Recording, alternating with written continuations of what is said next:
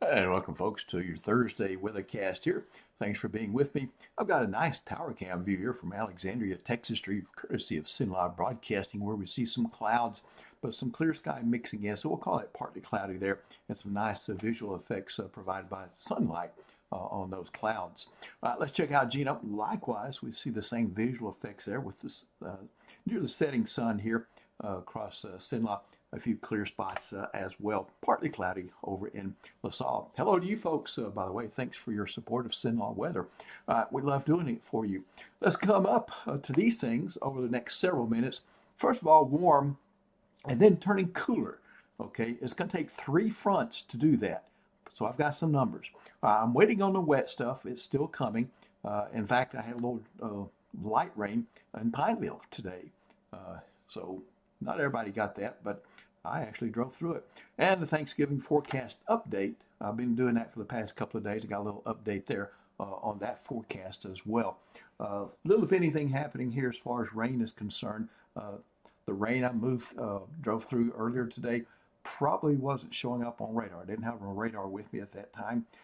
So let's look off to the west where we're seeing rain and thunderstorms developing in areas in that direction.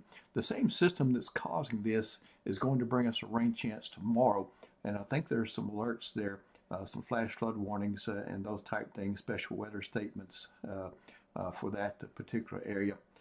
So I don't think we'll see that much rain over here because they had an opportunity to train. You can see that pattern right there ahead of this front and a surface low. Beginning to see a little movement of high pressure southward out of Canada, and we got some changes coming there. And another piece of energy, watching this system closely out across the Pacific West. So back home, Futurecast going through the next couple of days. Notice a little batch of showers and thunderstorms. This has been consistent in the models. I think what's happening here is a little disturbance aloft. Some energy aloft is going to come through, touch off any instability that we have. Using the moisture that we have. It's a pretty warm, muggy day today. So with that little round, but afterwards I don't see a lot happening here according to this model, and I think I agree with that. But the morning rain and thunderstorms could produce the best rain chances that we have for today, Friday. Going into Saturday, mid-morning grocery shopping, you got to do it. Not looking bad at all. So Friday, rainfall pattern.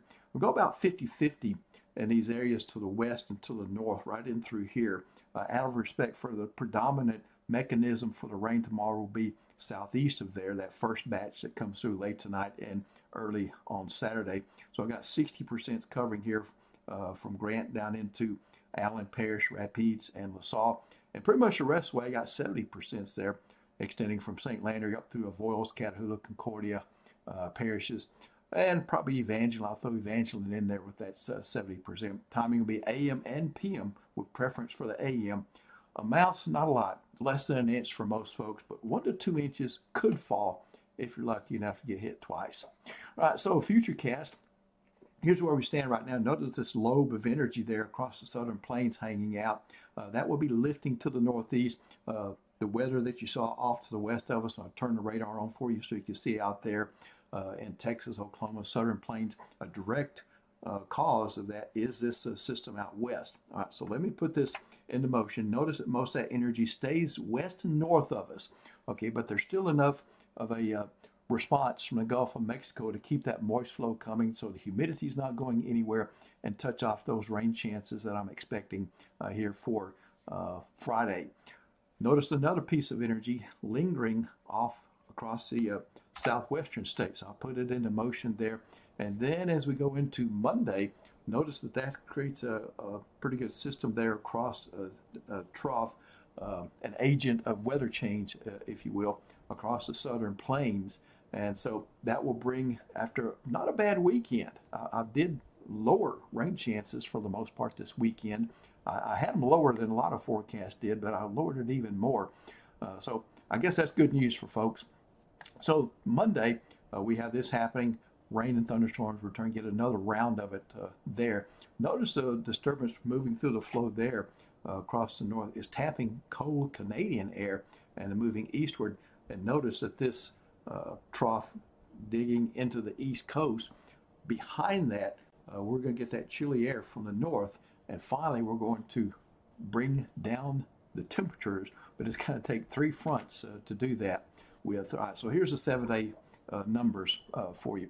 60% tomorrow as an average, rain, some thunderstorms. I outlined the coverage areas and the amounts.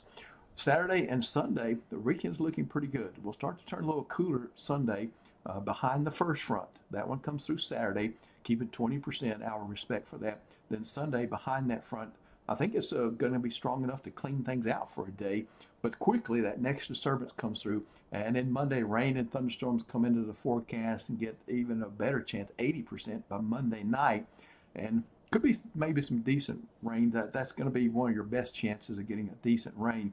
Notice a little warm up there, uptick in the minimum temperature Tuesday, but the maximum temperature a little bit lower, holding in the low to mid 70s. I am keeping scattered showers in the forecast there with the second front on Tuesday. Notice Wednesday, third front coming into the forecast. So these two combining to bring cooler weather on Wednesday. But, this is actually pretty much normal. In fact, this low temperature, we should be in the mid 40, I think about 44, 43 by that time. So this is actually warmer than normal. This is pretty close to normal. And then finally, this third front, we begin to feel chilly air from that on Thanksgiving Day.